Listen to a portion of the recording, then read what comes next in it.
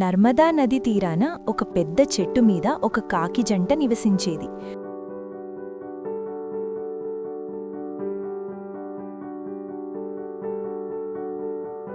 ఇది నర్మదా నదీ తీరం. మన జీవితం చాలా ప్రశాంతంగా ఉంది. ప్రశాంతంగా సాగుతున్న వారి జీవితంలో వారికి తెలియకుండానే ఒక పెద్ద ప్రమాదం గాగి ఉంది. ఆ చెట్టు కింద ఉన్న పుట్టలో ఒక పాము నివసించేది. కాకి దంపతులు ఆహారం కోసం బయటికి వెళ్లిన ప్రతిసారి ఆ పాము అవకాశాన్ని వదులుకోకుండా చెట్టెక్కి వారి పిల్లల గ్రుడ్లను తినేసేది. ఈ చెట్టు పైన ఉన్నవాళ్ళు నా ఆకలి కోసమే. వాళ్ళు లేనప్పుడే నా పని మొదలవుతుంది. తిరిగి వచ్చి చూసిన కాకులు జరిగిన దాన్ని చూసి దిగ్భ్రాంతికి గురయ్యేవారు.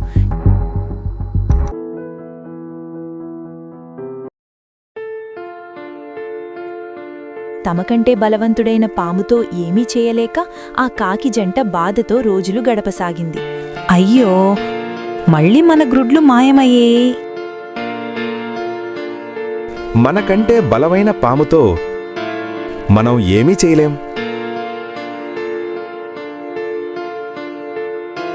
అలా ఒకరోజు వారి స్నేహితుడైన నక్క, మీరు చాలా బాధలో ఉన్నట్టు కనిపిస్తోంది.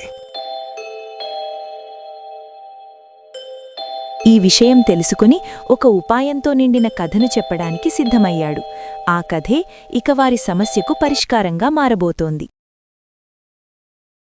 ఒకరోజు చేపలని మోసం చేసి తిన్నే ఒక కొంగను ఒక ఎండ్రకాయ బుద్ధితో చంపింది. ఈ కథ వింటే మీ సమస్యకి సమాధానం దొరుకుతుంది. ఒక చెరువులో చాలా చేపలు సంతోషంగా జీవించేవి. ఆ చెరువును చూసిన ఒక కొంగ ఆ చేపలను ఎలాగైనా చంపి తినాలనే దురుద్దేశంతో అక్కడికి వచ్చింది. ఈ చెరువులో చాలా చేపలున్నాయి. వాటిని డైరెక్ట్గా పట్టుకోవాలంటే కష్టం. కానీ బుద్ధితో పనిచేస్తే అన్నీ నా వైపుకే వస్తాయి. కొంగ చెరువులో వాలగానే తమను వేటాడి తినే పక్షి వచ్చిందని గ్రహించిన చేపలన్నీ భయంతో దూరంగా పరిగెత్తి నీటిలో మునిగిపోయాయి. అయ్య బాబోయ్, కొంగ బావ వచ్చేశాడు, పరిగెట్టండి! అప్పుడు కొంగ తన ప్రవర్తనను మార్చి తల వంచి కళ్ళు మూసుకుని తపస్సు చేస్తున్న దానిలా నటించసాగింది. నేనిప్పుడు మారిపోయాను, తపస్సు చేస్తున్నాను. రోజులు గడిచినా చేపలు దగ్గరకు వచ్చినా అది వాటిని ముట్టుకోలేదు. కొంగ ఈ విధంగా ప్రవర్తించడం చూసి చేపలకు అదొక వింతగా, ఆశ్చర్యంగా అనిపించింది. ఈ కొంగను చూశాక మనకు భయం వేసింది. కాని ఇప్పుడు అది ఏమీ చెయ్యట్లేదు. ఇది నిజంగా మారిందా లేక ఏదో ఉపాయమా? ఈ కొంగబావ నిజంగా మంచిదనుకుంటా. కొంగ మాటలను చేపలు నమ్మాయి. ఆనాటి నుండి అవి నిర్భయంగా కొంగ చుట్టూ తిరగసాగాయి. కొంగ వాటితో ఎన్నో కబుర్లు, కథలు, విషయాలు చెప్పుతూ తన మీద వాటన్నిటికీ పూర్తి నమ్మకం కలిగేలా ప్రవర్తించింది. ఇలా కొన్నాళ్లు గడిచాయి. ఒకరోజు కొంగ కన్నీరు కారుస్తూ చేపల దగ్గరకు వచ్చింది. మీకు కష్టకాలం రాబోతుందని జాలరులు చెరువును గమనించి 4 రోజుల్లో వచ్చి వలలు పన్ని చేపలను కట్టుకుందామని మాట్లాడుకుంటున్నారని చెప్పింది. తాను క్షణంలో ఎక్కడికైనా ఎగిరిపోగలనని, కాని చేపల ప్రాణాలు ఎలా కాపాడాలనే ఆలోచనలో ఉన్నానని చెప్పింది. అప్పుడు ఒక ఉపాయం తట్టిందని, ఇక్కడికి సమీపంలో కొండ అవతల ఉన్న ఒక పెద్ద సరస్సుకు చేపలను ఒక్కొక్కటిగా తన నోట కరుచుకుని తీసుకెళ్లి వదిలేస్తానని చెప్పింది. అంతకంటే తాను చెయ్యగల సహాయం లేదని చెప్పి చివరికి నిర్ణయం చేపలకే వదిలేసింది. కొంగ మాటలను చేపలు నమ్మాయి. తమను ఎలాగైనా కాపాడమని కొంగను వేడుకున్నాయి. ఆ రోజు నుండి కొంగ ప్రతిరోజూ 4-5 చేపలను తన ముక్కున కరుచుకొని కొండవైపుగా తీసుకెళ్లసాగింది. అక్కడ ఒక పెద్ద బండమీద వాటిని పెట్టి తినేసేది. తిరిగి వచ్చి మాత్రం తమ స్నేహితులందరూ క్షేమంగానే ఉన్నారని చేపలకు భరోసా ఇస్తూ ఉండేది.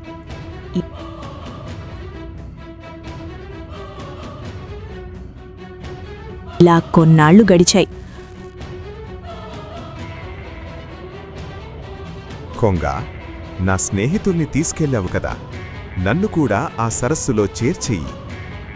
అప్పటి వరకు నిశ్శబ్దంగా గమనిస్తున్న కథ ఇప్పుడు కొత్త మలుపు తిరగబోతోంది.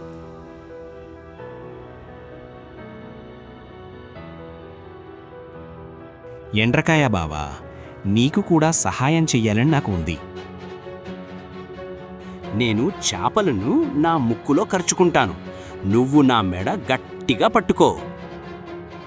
నేను వదలమని చెప్పినప్పుడు మాత్రమే వదలు. కొంగ పైకెగిరి తాను చేపలను తినే బండ దగ్గరకు వచ్చింది.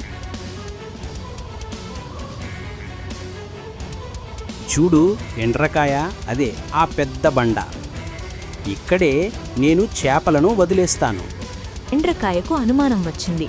అటూ ఇటూ చూసింది, కాని అక్కడ చెరువుగాని సరస్సుగాని ఏమీ కనిపించలేదు. ఇది చెరువు కాదు, ఇది సరస్సు కూడా కాదు. ఈ బండా గురించి చూస్తే చేపల పులుసులు, ఎముకలు కనిపిస్తున్నాయి. ఇన్నాళ్ళు ఈ కొంగ మనందరినీ మోసం చేసింది. కొంగ జపమంటే ఇదే అనుకుంటా. నేనిప్పుడు పట్టు విడిలేస్తే నన్ను కూడా చంపేసి తినేస్తుంది. ఇక ఆలస్యం చేయకూడదు. దీనిమీద నా కొండెలతో ఇప్పుడే సమాప్తిస్తాను. అయ్యో, ఏమి చేస్తున్నావు? నా మెడ వదిలేయ్, వదిలేయ్. ఆ దెబ్బకు కొంగ అక్కడికక్కడే చనిపోయింది. కొంగ పీడ నుండి విముక్తి పొందిన ఎండ్రకాయ నెమ్మదిగా చెరువు వైపు చేరుకుని ప్రాణాలతో బయటపడింది.